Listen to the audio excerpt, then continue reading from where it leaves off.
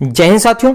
तो साथियों आज की क्लास में हम देखेंगे चाइल्ड डेवलपमेंट एंड पेडागोजी के 50 बहुत ही महत्वपूर्ण वन लाइनर। साथियों आज हमारी वन लाइनर की दूसरी क्लास होने वाली है। पहली क्लास में हमने क्वेश्चन नंबर 1 से लेकर 50 तक कर लिए थे। तो आज की क्लास हमारी स्टार्ट होगी क्वेश्चन नंबर 51 से। तो सभी साथी अंत तक हमारे साथ बने रहें और जिन साथियों ने अभी तक हमारे चैनल को सब्सक्राइब नहीं किया है वो सभी साथी चैनल को सब्सक्राइब जरूर कर ले।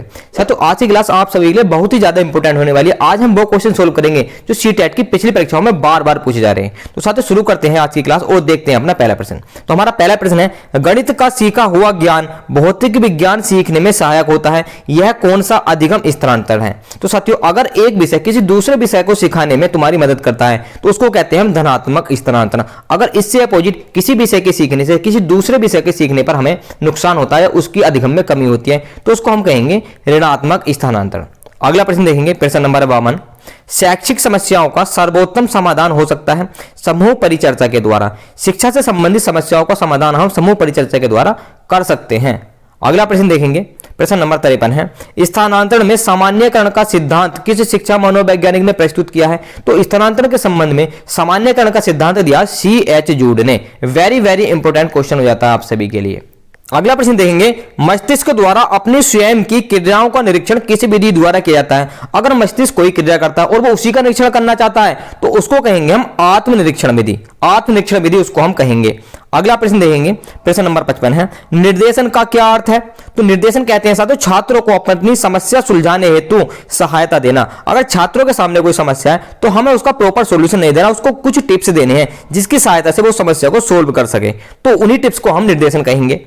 अगला प्रश्न देखेंगे प्रश्न नंबर 56 है, बच्चों में बौद्धिक विकास की 4 विशिष्ट अवस्थाओं की पहचान की गई है। तो बच्चे में बौद्धिक विकास की 4 विशिष्ट अवस्थाएं होती हैं, तो इनकी खोज करी गई है पियाजे के द्वारा। जीन पियाजे ने इनकी खोज करी गई है। आइए समझते हैं 4 विशिष्ट अवस्थाएं हैं कौन कौन सी। तो पहले नंबर पर आ जाती है हमारी संवेदी प्रेरक अवस्था।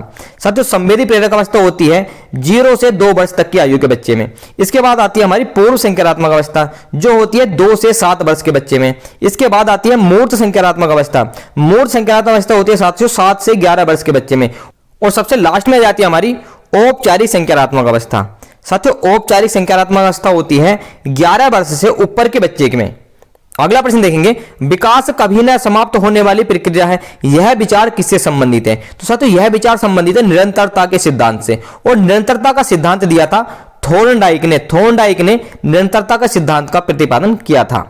अगला प्रश्न देखेंगे प्रश्न नंबर 58 है, प्राथमिक स्तर पर एक शिक्षक में निम्न में से किसे सबसे महत्वपूर्ण विशेषता मानना चाहिए। तो प्राथमिक स्तर पर जो शिक्षक होगा उसमें सबसे महत्वपूर्ण विशेषता होगी वो होगी धैर्य और दृढ़ता की। अगला प्रश्न देखेंगे, बाल्यावस्था में बालक भौतिक वस्तुओं के किस आवश्यक तत्व में परिवर्तन समझने लगते हैं। तो वो आवश्यक तत्व हैं द्रव्यमान, संख्या और क्षेत्र।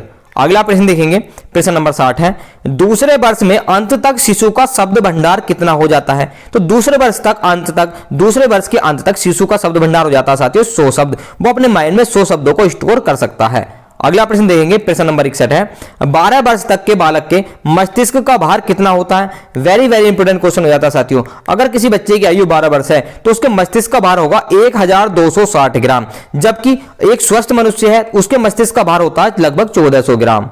अगला प्रश्न देखेंगे प्रश्न नंबर 62 है कि मनुष्य के शरीर में कितनी हड्डियां होती हैं। तो साथियों मनुष्य के शरीर में होती हैं 206 हड्डियां, जबकि बालक में जन्म के समय जो हड्डियां होती हैं वो होती है 270।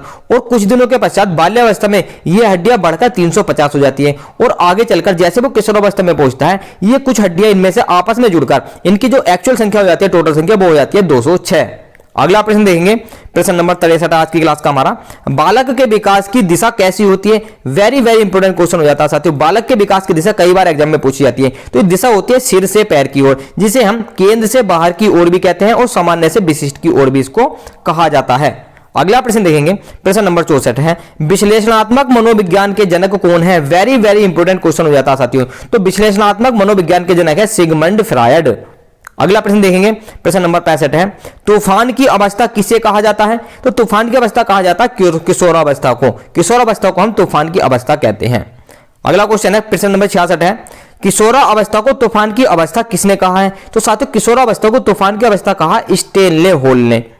अगला प्रश्न देखेंगे प्रश्न नंबर 67 है, नैतिक विकास का सिद्धांत किसने दिया है? तो कोहलबर्ग के द्वारा नैतिक विकास का सिद्धांत दिया गया है, जिसमें कोहलबर्ग ने वन मानुष पर अपना प्रयोग किया था। तो साथियों वन मानुष पर जो प्रयोग किया था वो किया था कोहलबर्ग ने। अगला प्रश्न देखेंगे, मूल प्रवृत्ति का सिद्धांत किसने दिया है? वेरी वेरी इंपॉर्टेंट क्वेश्चन हो जाता है साथियों। तो मूल प्रवृत्ति का सिद्धांत दिया है मैकडूगल ने, जिन्होंने 14 मूल प्रवृत्तियां बताई हैं। अगला प्रश्न देखेंगे, प्रश्न नंबर 69 है, संवेग क्या है? तो मन की उत्तेजित दशा को हम संवेग कहते हैं, जैसे क्रोध और खुशी। अगला प्रश्न है, व्यक्तित्व का स्वयं सिद्धांत किसने दिया है? तो कार्ल रोजर ने व्यक्तित्व का स्वयं सिद्धांत दिया है।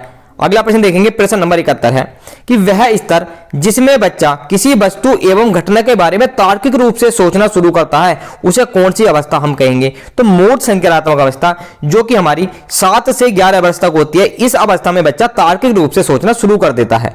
अगला प्रश्न देखेंगे, प्रश्न नंबर 72 है, सृजनात्मकता का मुख्य रूप से किससे संबंधित है? तो क्रिएटिविटी मुख्य रूप से किससे संबंधित है? यह संबंधित है साथियों अपसारी चिंतन से। अगला प्रश्न देखेंगे, प्रश्न नंबर 73 है, चिंतन अनिवार्य रूप से क्या है? तो संज्ञानात्मक गतिविधि चिंतन ही है। चिंतन को हम संज्ञानात्मक गतिविधि भी कह सकते हैं। अगला प्रश्न देखेंगे, प्रश्न नंबर 74 है, किसी बालक में निचिंतन की योग्यता उसके सफल जीवन का मूल आधार है, यह कथन किसके द्वारा कहा गया है? तो क्रो और क्रो ने यह कथन कहा है कि किसी बालक में चिंतन की योग्यता उसके सफल जीवन का मूल आधार है। जो बच्चा जितना ज्यादा चिंतन करेगा उसका जीवन उतना ही सफल होगा। अगला प्रश्न देखेंगे, प्रश्न नंबर 75 है, चिंतन की दृष्टि से किसी बच्चे में सर्वश्रेष्ठ चिंतन कौन सा सर्वश्रेष्ठ चिंतन है? तो उसे हम क्या कहेंगे? तो उसको कहेंगे हम तार्किक चिंतन। तार्किक चिंतन ही सर्वश्रेष्ठ चिंतन होता है। अगला प्रश्न देखेंगे, प्याजे के अनुसार किसी बालक में तार्किकता का अभाव किस आयु तक होता है? तो 7 वर्ष तक तार्किकता का अभाव होता है, लेकिन 7 वर्ष से ऊपर जैसे ही वह मूर्त संज्ञानात्मक अवस्था में प्रवेश करता है तो उसमें तार्किकता आ जाती है। अगला प्रश्न देखेंगे, किसी बच्चे के चिंतन में आयु के बढ़ने के साथ साथ किसकी प्रधानता बढ़ती है? तो जैसे जैसे बच्चे की आयु बढ़ती है तो उसके चिंतन में तर्क भी बढ़ता चला जाता है, तार्किकता उसकी बढ़ती चली जाती है। अगला प्रश्न देखेंगे, प्रश्न नंबर 78 है, जन्म के बाद किसी बालक में चिंतन का विकास कब प्रारंभ हो जाता है? तो 2 वर्ष की आयु के बाद चिंतन प्रारंभ हो जाता है, यानी कि हमारी पूर्व संज्ञानात्मक अवस्था में चिंतन प्रारंभ हो जाता है और तार्किकता प्रारंभ होती है हमारी मूर्त संज्ञानात्मक अवस्था में। तो चिंतन स्टार्ट होता है 2 वर्ष की आयु के बाद और तार्किकता हमारी स्टार्ट होती है 7 वर्ष की आयु के बाद। तो ये दोनों हमें ध्यान रखने हैं। अगला प्रश्न देखेंगे, प्रश्न नंबर 79 है, किसी छात्र का बौद्धिक विकास, शारीरिक विकास तथा संवेगात्मक विकास उसकी विकास की प्रक्रिया का कौन सा कारक होती है? तो इनको कहेंगे हम आंतरिक कारक। अगला प्रश्न देखेंगे, प्रश्न नंबर 80 आज की क्लास का हमारा, माता पिता से संतानों को प्राप्त होने वाले गुणों को क्या कहते हैं? वेरी वेरी इंपोर्टेंट क्वेश्चन हो जाता है साथियों। तो माता पिता से जो संतानों को प्राप्त होते हैं गुण, उनको कहेंगे हम वंशानुक्रम। अगला प्रश्न देखेंगे, प्रश्न नंबर 81 है, अधिगम की प्रक्रिया पूर्ण कब होती है? तो साथियों जब व्यवहार में स्थायी परिवर्तन हो जाता है, उसके बाद व्यवहार में कोई भी परिवर्तन ना हो तो उसको हम कहेंगे कि अधिगम की प्रक्रिया अब पूर्ण हो गई है। अगला प्रश्न देखेंगे, प्रश्न नंबर 82 है, मनोविज्ञान का जनक किसे कहा जाता है? तो सिगमंड फ्रायड को मनोविज्ञान का जनक कहा जाता है। वेरी वेरी इंपोर्टेंट क्वेश्चन हो जाता है साथियों ये। अगला प्रश्न देखेंगे, अंधों की लिपि के जनक किसे कहा जाता है? तो साथियों अंधों के पढ़ने लिखने के लिए लुई ब्रेल ने एक लिपि का प्रतिपादन किया था, जिसको हम कहते हैं ब्रेल लिपि। साथियों ब्रेल लिपि 6 बिंदुओं पर आधारित एक लिपि है। तो एग्जाम में यह क्वेश्चन भी बनता है कि ब्रेल लिपि कितने बिंदुओं पर आधारित है? तो ये 6 बिंदुओं पर आधारित एक लिपि है, जिसमें एक मोटे मोटे इस तरीके से बिंदु होते हैं जिन पर जो अंधे होते हैं वो हाथ फिराकर अनुभव करके पता लगा सकते हैं कि ये क्या अक्षर लिखा हुआ है। अगला प्रश्न देखेंगे, प्रश्न नंबर 84 है, शर्म तथा गर्व जैसी भावना का विकास किस अवस्था में होता है? तो किस अवस्था में आकर बच्चे को शर्म और गर्व होता है? तो ये होता है बाल्य अवस्था में। अगला प्रश्न देखेंगे, प्रश्न नंबर 85 है, मैकडूगल के अनुसार मूल प्रवृत्ति जो कि जिज्ञासा है का संबंध कौन से संवेग से है? तो एक मूल प्रवृत्ति, कोई भी मूल प्रवृत्ति होती है उसका एक अलग संवेग होता है। तो जिज्ञासा जो मूल प्रवृत्ति है इसका संबंध होगा आश्चर्य नामक संवेग से। अगला प्रश्न देखेंगे, प्रश्न नंबर 86 है, अंधों के लिए लुई ब्रेल ने कौन सी लिपि का प्रतिपादन किया था? तो साथियों ब्रेल लिपि का प्रतिपादन अंधों के लिए लुई ब्रेल ने किया था। अगला प्रश्न देखेंगे, नर्सरी पद्धति के जनक किसे कहा जाता है? वेरी वेरी इंपोर्टेंट क्वेश्चन हो जाता है साथियों। तो मोर या मोंटेसरी को नर्सरी पद्धति का जनक कहा जाता है। अगला प्रश्न देखेंगे, एलकेजी व यूकेजी पद्धति के जनक कौन है? तो फ्रोबेल एलकेजी और यूकेजी पद्धति के जनक हैं। अगला प्रश्न देखेंगे, जीन पियाजे कहां के मनोवैज्ञानिक थे? तो साथियों जीन पियाजे थे स्विट्जरलैंड के मनोवैज्ञानिक। वेरी वेरी इंपोर्टेंट क्वेश्चन हो जाता है साथियों, ये क्वेश्चन भी एग्जाम में बहुत बनता है। अगला प्रश्न देखेंगे, प्रश्न नंबर 90 है, जीन पियाजे किस विचारधारा के समर्थक थे? तो साथियों जीन पियाजे संज्ञानात्मक विचारधारा के समर्थक थे और जीन पियाजे ने संज्ञानात्मक विकास का सिद्धांत भी दिया था। अगला प्रश्न देखेंगे, प्रश्न नंबर 91 आज की क्लास का हमारा, बुद्धि का समूह कारक सिद्धांत किसने दिया है? साथियों ये क्वेश्चन भी एग्जाम में बहुत बनता है, वेरी वेरी इंपॉर्टेंट क्वेश्चन हो जाता है ये भी। तो बुद्धि के समूह कारक सिद्धांत दिया था थर्स्टन ने। तो इनके अनुसार बुद्धि के लगभग 7 कारक हैं। अगला प्रश्न देखेंगे, प्रश्न नंबर 92 है, बुद्धि का बहुकारक सिद्धांत किसने दिया है? तो थॉर्नडाइक ने बुद्धि का बहुकारक सिद्धांत दिया है। अगला क्वेश्चन देखेंगे, क्वेश्चन नंबर 93 है, बुद्धि का बहुबुद्धि सिद्धांत किसने दिया है? तो गार्डनर ने बुद्धि का बहुबुद्धि सिद्धांत दिया है। साथियों ये पिछले क्वेश्चन हमारे क्वेश्चन नंबर 91, 92 और 93 लगभग सेम क्वेश्चन हो गए, तो इनको जरा ध्यान से पढ़ना है। अगला प्रश्न देखेंगे, प्रश्न नंबर 94 है, बुद्धि का तरल व ठोस सिद्धांत किसने दिया है? वेरी वेरी इंपॉर्टेंट क्वेश्चन हो जाता है साथियों ये भी, ये आपको सभी को अच्छे से याद करने हैं। साथियों इसी क्लास में से जो आज की क्लास में हमने आपको क्वेश्चन कराए हैं, 3 से 4 क्वेश्चन आपके एग्जाम में इस बार भी जरूर बनते हैं। तो बुद्धि का तरल व ठोस सिद्धांत दिया है आरबी कैटल ने।